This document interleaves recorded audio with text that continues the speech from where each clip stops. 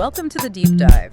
You sent us a stack of source material detailing a really radical approach to goal achievement, and today we're cutting straight to the core of it. That's right.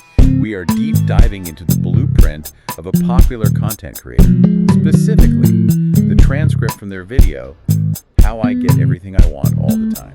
And it's a philosophy, often just lumped under the umbrella of manifesting. Yeah, but we found pretty quickly it has, almost nothing to do with passive visualization. Absolutely. So our mission today is to pull out the highly actionable, I'd even say aggressive, steps she lays out for turning these big, seemingly impossible wishes into cold, hard reality. So if you're tired of just hoping for your future and are ready to be told exactly what daily labor is required, you are definitely in the right place. Okay, let's just jump right in, because the creator starts by confronting the biggest misconception head on.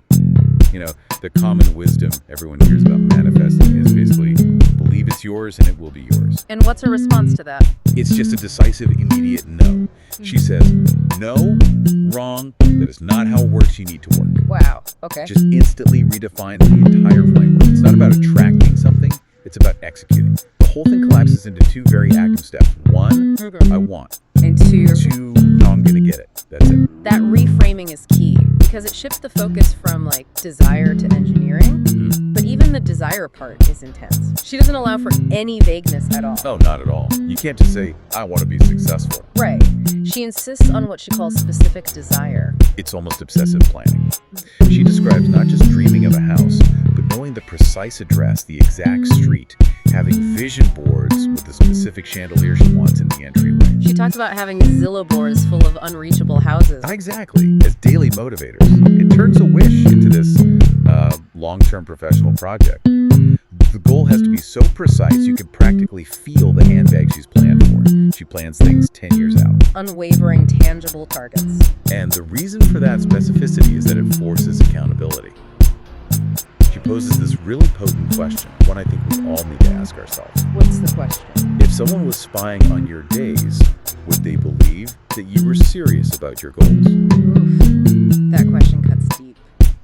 Because we might say we want something, but if the spy sees us scrolling TikTok for 2 hours... The evidence doesn't support the claim. Precisely.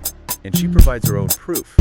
For her business, 33, she had this massive monthly sales goal. She didn't just hope for it. She worked for it. She woke up every single day at 4 a.m. to pack the orders herself, just to make sure they shipped on time. That level of exhaustion, that unglamorous labor, that's the proof the spy would need. That is true commitment. And what's great is that this method, this whole framework, it scales down. It's not just for the huge goals. Right. She emphasizes breaking things down into manageable milestones. And the example she gives for this is just perfect. The Postmates driver story. I love this one. She was broke, driving for Postmates, and she wanted a specific pair of shoes. I think they were like $75. Okay, so not a life-changing amount, but a real stretch when you're broke. For sure. But instead of saying, I can't afford that, she figured out the exact small change she had to make. She decided to pick up just one extra delivery every single day for 2 weeks. That's it. That one little variable was all she needed to change to earn the exact amount for the shoes. It grounds the vision in something you can actually do right now. You can't control the lottery, but you can control one extra delivery. So she has this great line that sort of synthesizes all this. It connects the vision to the daily grind. What does she say? The dream is the wish, the action is the spell. Oh, that's good. I like that. Right. It suggests the result isn't random. If you follow the recipe, the action, the spell, or the result is just the logical conclusion. It takes all the mysticism out and just replaces it with personal responsibility. Okay, but once the action is set, you need the mental game to sustain it. Let's talk about the next part, the necessity of delusion. Yes, and she is completely unapologetic about this. She says you have to genuinely believe you deserve what she calls delusional things. And why is that? Because, and this is a direct quote, being delusional is the only way to get delusional things. So this ties into her version of the law of assumption then. Most people think of that as, changing your internal state to attract something. But she frames it differently. She says, reality bends to you, not the other way around. It's a really aggressive belief system. She has an anecdote about this, right? The doorman? Oh, it's wild. Back when she was that broke Postmates driver, she drove up to the nicest, most private building in LA, marched up to the doorman and just announced, "I'm going to live here." And the doorman must have just laughed at her. Well, he told her to leave because it was private property. But the punchline, years later, is Natum. She lives there now. No way. Yeah, that audacity, that active delusion that reality must conform to her desires, that's the engine. But hold on, doesn't a mindset like that lead to massive disappointment? I mean, what about the limits of delusion? She actually addresses that, and with a great sense of humor. She talks about being 1,000% sure she would win the lottery. Like, truly believing it. Yeah. And being genuinely confused when she didn't. But she still plays. Yeah. And her logic is simple. You gotta play to win. Ah, I see. So the delusion isn't about ignoring reality. It's about taking the smallest viable step, buying the ticket, doing the one extra delivery to keep the delusion alive. Exactly. It changes fake it till you make it from pretending into intensive practicing. You're rearranging your immediate reality to rehearse for the long-term vision. And this is where those really tangible, almost strange examples come in. The fake jewelry. Yes. She used to place cheap jewelry around her house, but she'd put it in real high-end boxes. Tiffany's and Cartier boxes. Why? What was the point of that? It was about the sensation. Every time she saw that $100 ring in a real Tiffany's box, it cemented the feeling that her life was already one of luxury. She was practicing living in that state. That reminds me of the story about the floor tiles. Yes, the ultimate example of reality rearrangement. She wanted real, expensive marble floors in her future home, but obviously couldn't afford them. So what does she do? She installed fake, like marble contact paper or temporary tiles on the floor of her old place.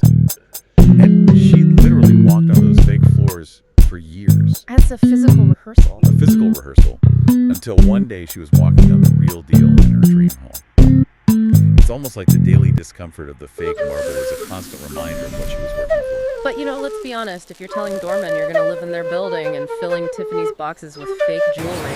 Practical side. Yeah. So does she talk about the social cost of all this? She does. And she's very direct. You simply cannot care what other people think. The whole point is to power through that early judgment. She has a great quote for this. Let's hear it. In the beginning, they ask you why you're doing it, but in the end, they'll be asking how you did it. That's powerful. It gives you permission to look a little ridiculous now for a massive goal later. And that willingness to look ridiculous extends outward, too. Absolutely. Moving into external tactics, she emphasizes boldness and asking. This isn't just internal belief. It's about external declaration. So she's not afraid of the evil eye or jinxing it. No, she dismisses that entirely. She thinks speaking about your goals makes them more real. And that belief structure is what leads us to the fireplace story. Okay, set the scene for this one. She was touring a unit one she wasn't even planning on buying, and she saw this beautiful fireplace. Her instant reaction was, that needs to be mine. So she just, filed it away in her mind? Yep. For months, the desire is just cemented there. But she doesn't just wait. Months later, she runs into the new owner of that unit in the elevator. And in that split second, He acts. Total boldness. Immediately asks him if he still had that fireplace she saw. And in this crazy turn of events, he says yes. And just gives it to her. Wait, hold on. Was that just pure luck? It sounds like she manifested a fireplace out of thin air just by asking. Well, she would say it's the meeting of preparation and chance. She defines luck not as magic, but simply as exposure to chance. The preparation is what enables the lucky outcome.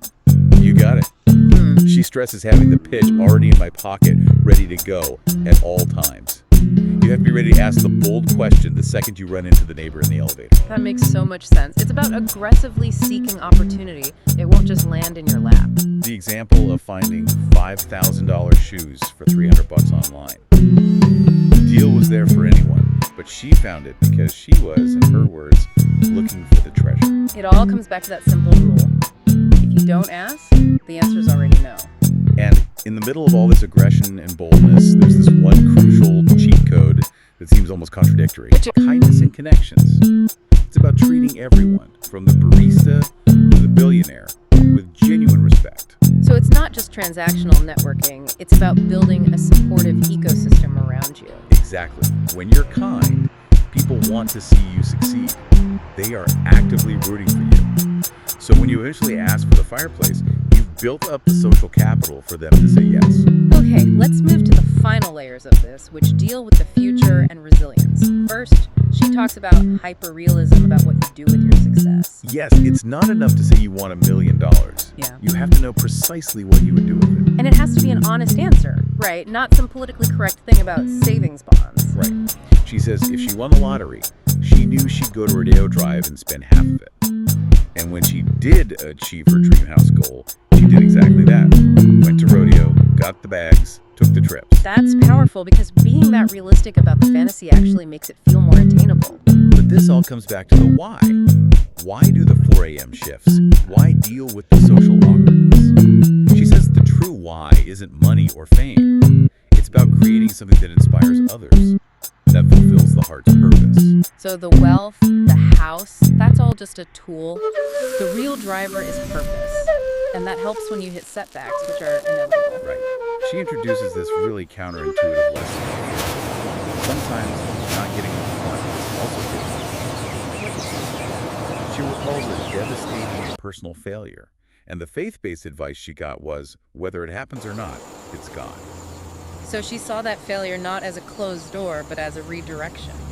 Exactly. She realized that if she didn't get that thing, it was because the splendor of what was coming was so much more. That belief system is critical for perseverance. It is. She frames success as a numbers game. Even if a goal takes 10,000 tries, her commitment is to be the person who tries 10,001. If you approach life like that, you just can't quit. So we have spent all this time detailing this incredible hyper-specific formula for achieving everything you want. The work, the delusion, the boldness. It all sounds like a guaranteed path. It really does. And yet, this entire framework is capped off with this crucial, hard realism zinger. After detailing her whole recipe for success, she admits, I don't. Wait, she says, I don't. I don't. Nobody ever gets what they want all the time. It's life. It's not perfect. Wow, that completely reframes the entire mission statement of her video. To call it, how I get everything I want all the time, and then admit she doesn't. Exactly. It doesn't dismantle the framework, though. It just clarifies the ultimate moral.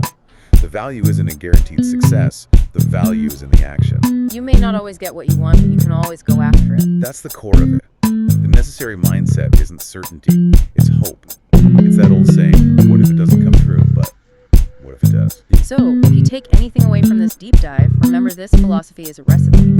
Specific vision, plus immediate daily action, plus delusional belief, plus boldness and kindness. It's not about wishing for a cake. It's about putting the ingredients in, following the recipe, and not being surprised when the cake appears. And here is our final provocative thought for you.